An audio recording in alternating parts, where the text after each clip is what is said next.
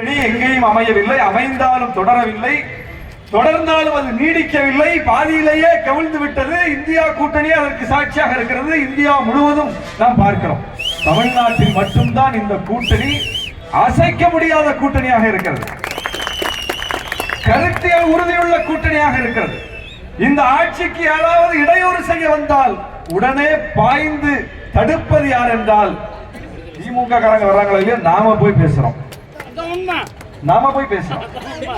நம்ம தலைவர் பேசுறார், ஏன் 2 சீட்டு கூட்டி கொடுங்க, இன்னும் ஒரு 3 சீட்டு அதிகமா கொடுப்பாங்க என்கிற அந்த கூட்டணி சீட்டு கணக்குக்காக இந்த வேலையை செய்யறோம். கொள்கைக்காக செய்யறோம்.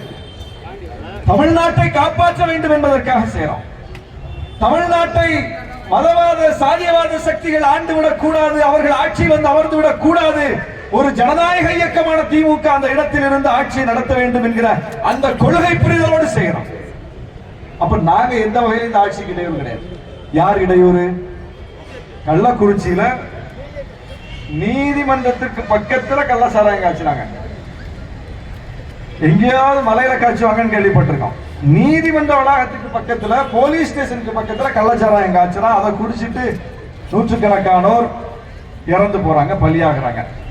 நீதிமன்றத்துக்கு பக்கத்துல காய்ச்சலாங்கிறது யாருக்கு தெரியும்? போலீஸ் ஸ்டேஷனுக்கு பக்கத்துல காய்ச்சலாங்கிறது காவல்துறைக்கு தெரியும்ல, போலீஸுக்கு தெரியும்ல. அப்புறம் எப்படி அதை காய்ச்சினாங்க? அப்ப இந்த ஆட்சிக்கு மிகப்பெரிய இடையூறை ஏற்படுத்துறது யாரு? காவல்துறை. இங்க மிகப்பெரிய பட்டியல் போட்டிருக்காரு, கோரிக்கைகளுக்கு மேல கோரிக்கை. நகரத்துல, காவேரிப்பட்டினம் ஒன்றியத்துல, வேப்பனப்பள்ளி ஒன்றியத்துல, சூளகிரி ஒன்றியத்துல ஏராளமான கோரிக்கைகள். பாஞ்சாலியூர் கிராமத்தில் 700க்கும் மேற்பட்ட குடும்பங்கள் 25 ஆண்டு காலமாக பட்டா இல்லை, 1/4 நூற்றாண்டு காலமாக கேட்டுட்டு இருக்காங்க பட்டா. அதுபோல ஏராளமான கோரிக்கைகள். ஒவ்வொரு ஊரு பேர் சொல்லி போட்டிருக்காரு. நான் நாளைக்கே இதை எடுத்துக்கொண்டு போய் உயர் திரு தமிழ்நாடு அரசினுடைய தலைமைச் செயலாளர் அவர்களை சந்தித்து இதை அத்தனையும் நான் கொடுக்கிறேன். அங்கே இருக்கக்கூடிய அதிகாரிகள் இதை செய்ய மறுக்கிறார்கள், ஒத்துழைப்பு கொடுக்க மறுக்கிறார்கள், கோரிக்கையை ஏற்க மறுக்கிறார்கள், அதை அரசியலாக பார்க்கிறார்கள், அதை மோட்டிவாக பார்க்கிறார்கள்.